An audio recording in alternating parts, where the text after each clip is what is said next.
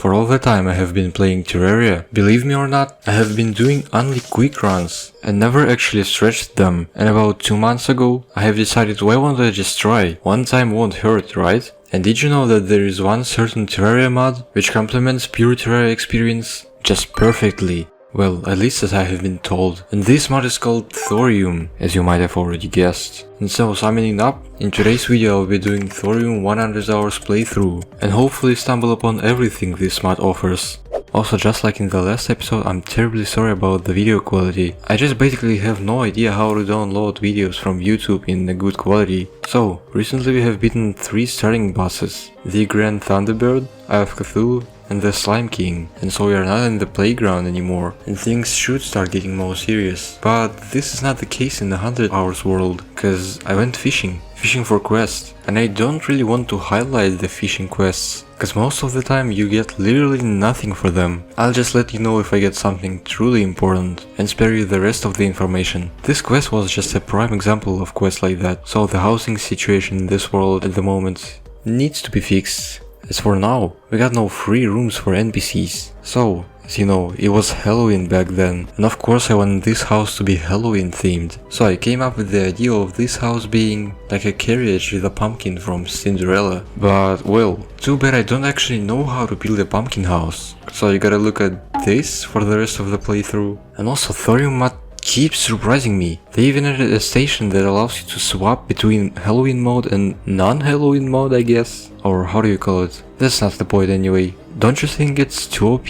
This is potentially very useful for collectors. Whatever. This pumpkin is supposed to be the zoologist's house, and for more happiness, she needs to be near the golfer. So this second little house is exactly for him. Of course, spooky themed as well. I don't really wanna bother placing cobwebs in these houses. Yeah, it would have looked better, but I just know I'll break them right away. However, what I didn't expect is for this new blacksmith NPC to move in instead of golfer. But I didn't complain and bought this new armor fabricator, which is used to craft various items that were previously blocked behind the Eye of Cthulhu kill. So I placed it in my base, and I assume since he's dwarf like the demolitionist, he must be liking the underground biome, and yeah, he does.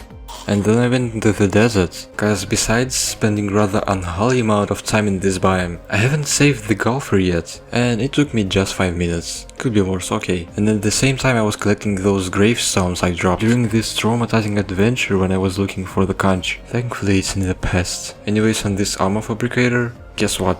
Another barred weapon. And it looked decent, but for some reason I trashed it. No idea why though. Probably because it didn't have a worthy empowerment. So I fished for today's quest, and in reward I got an angler's earring. First out of 3 fishing accessories.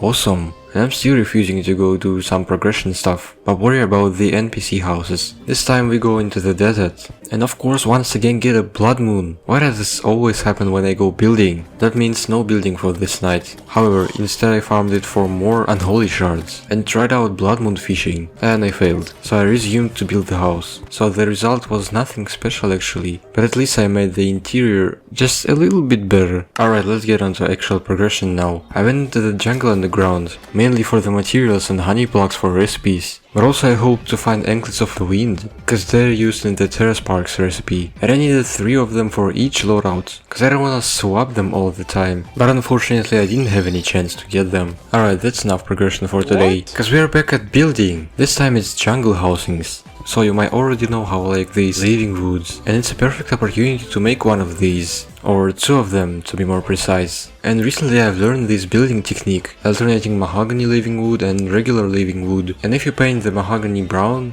it looks just sick. I was missing so much when I wasn't using this. And also what is noteworthy, Thorium yet again adds the new living mahogany type of furniture, which just perfectly fits this house. And while building the second tree, I've noticed that the cook sells this painting. I believe it's the Breaking Bad reference, but I don't get it. And after roughly 1.5 hours, I finally finished building these trees. I'm getting actually proud of those builds. And also I finally painted the sandstone on my main base grey and the golfer house brown to look more wood-ish, if you can say so. But we are not done with building yet. We need one more house in the desert for the NPC that Thorium adds. And let's see what he sells.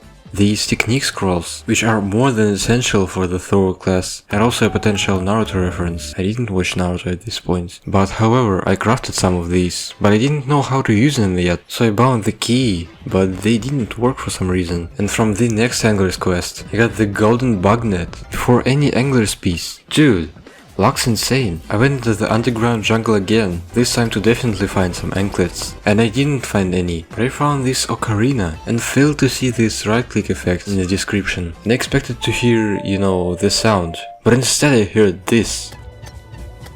This is legit the most disappointing thing of this mod so far. Anyways, I crafted the new scythe, an axe of regrowth, and went back into the jungle and died instantly from life crystal mimic. Then I fished for an anglerfish for almost 10 minutes and fighting harpies all the time. This was not pleasant at all, but in return I at least got the angler's head, first out of 3, and I thought it would be nice to kill the brain of Cthulhu now. Yeah. Finally some actual progression, and I remember this one being easily cheesable by the healer class, where you could just stay still, spin your scythe and basically win, like even without getting any hit, and they must have fixed that, right? Well, let's see. They didn't. Hold on, are you serious right now? Seriously? For how long has this even existed? It's like Hoek at this point. Do devs just don't know about the existence of this bug. All you need to do in the first phase is just stay away from the brain of Cthulhu and spin your scythe. And in the second phase you could just AFK. Straight up. Just like that. Don't take me wrong, I'm not complaining. But this didn't feel right. So, since I needed 3 brains of confusion, I have 2 more times to kill the brain of Cthulhu. And this time I'll do it in a proper way. And of course I accomplished this task, and I finally found out what are these medals for. Oh, I can spend them here. So now it's time to upgrade my gear to post brain tier, which contains the new bard armor. And that's kinda it. And after 5 hours of refusing to craft the accessory, or maybe even more, I found out how good this accessory was. This is just an entire accessory, why can't I remember to craft it? And also sometime before the meteorite have landed, so then I went excavating it. And this is where I missed the vein miner the most. This took way more time than I thought. But I did it. Then I fished for the quest, got nothing from the angler and called it a day. Approximately 16.5 hours in, and I went mining the hellstone. I continued missing the vein miner, but I had to mine it myself.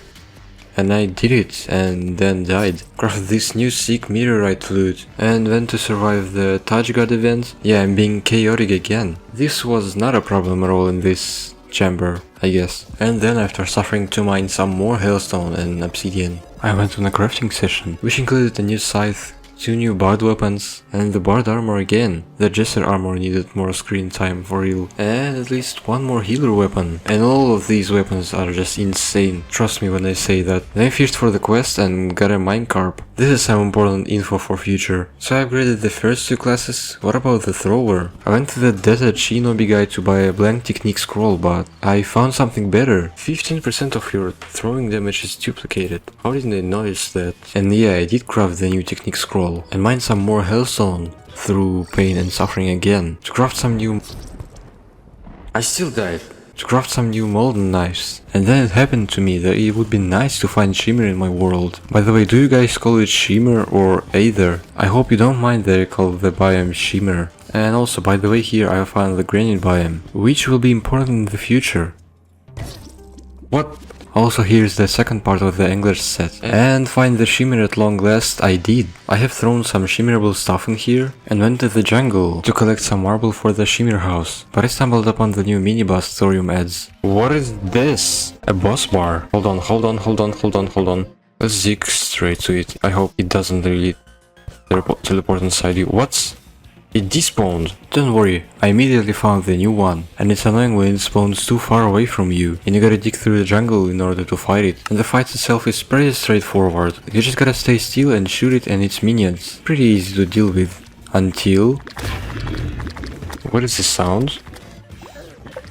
AFK boss fight. Wait, what did just hit me? Why am I dying?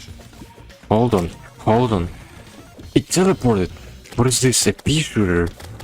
This is a pea shooter, straight up. So because of these quote pea shooters, it's a pretty hard boss to fight in enclosed environments. Unfortunately though, this boss dropped exactly 0 useful stuff. However, remember, we were here to mine some marble, and after doing so I returned to the Shimmer and immediately started colonizing it. I needed so much marble to construct like a Hall of Fame or museum where all the relics are gonna be. I'm doing this because I think every respectable world should contain one. I mean, as long as it's a master difficulty world. And by the way, during the fishing break, I got a sextant from Angler's Quest, 1 out of 3 fish finder parts. Also, I wanted to find out if you can shimmer an inspirational fragment, and to my utter surprise, it is a thing. They added this. My applause. And during the next fishing break, I managed to get the tackle box from the Angler's Quest. My luck's insane, yeah. Oh, they can't annoy me anymore. Look at that, they can't annoy me because of this crystal in their way. So I did eventually finish building the Hall of Fame, and it looked unstable and that it's about to fall. But I like the main hall. But look at the housing units. Remember how I said that I'm proud of the buildings in this world? Well, forget it.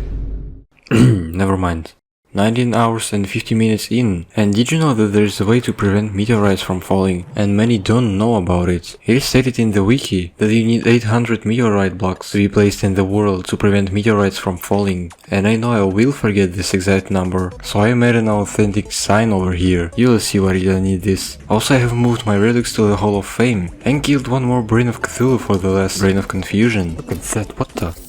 20 hours in, and while fishing for the quest fish, I have fished up this new Thorium crate, and it dropped this new accessory, which makes me wet, but I have no use for it. And from the quest I got the Angler's Pants, so we have full set now. And also I found out that Druid sells a new weapon, which is sadly outclassed at this point. I mean, it got more raw DPS, but Omen deals more damage because of the Shadow Flame debuff. And the goal for today was the Queen Jellyfish, so I farmed for the War Walking Potion, crafted the summon item, and summoned the boss. And in first phase she did literally nothing but spawn her minions, increasing their count as her HP lowers. But then she began spawning these tornadoes. But in that state she is literally harmless if you stay away from it, and that's why she stood no chance at all. And just like Raijin from Calamity dropped the new NPC, which didn't sell anything special, but at least granted you the reserve breathing bar, and the only useful thing I got from the bag was the endless glow stick. And then I went exploring the abyss or aquatic depths. I hope it's called aquatic depths, right? Anyways, the mobs here were just dangerous to say the least. Another magic conch? Wait, how?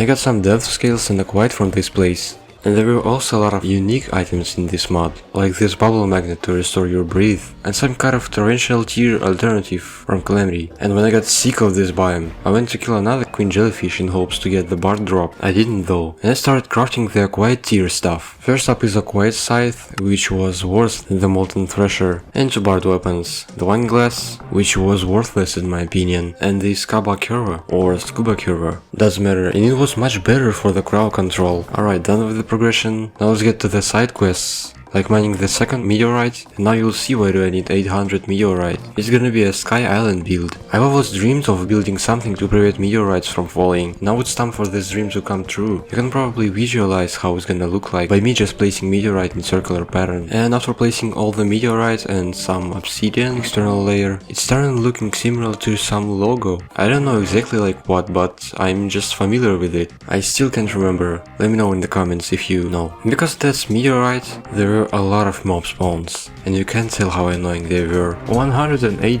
damage. But eventually I was done with the core itself. Now it's time for the laboratory. Of course I used copper plating and some copper bricks as well. I'm probably gonna turn it into like a steampunker themed thing in the future when I will get the steampunker NPC. We'll see if I forget it or not. I was having hard time with measuring things to make the building symmetrical. Once I was done with the main hall, I started constructing these wings where I'm planning to place the herb farms, but not yet though. I'm postponing this task till I beat the skeleton, till I'll have access to wiring, and could actuate these supports of the core. And here's the final result.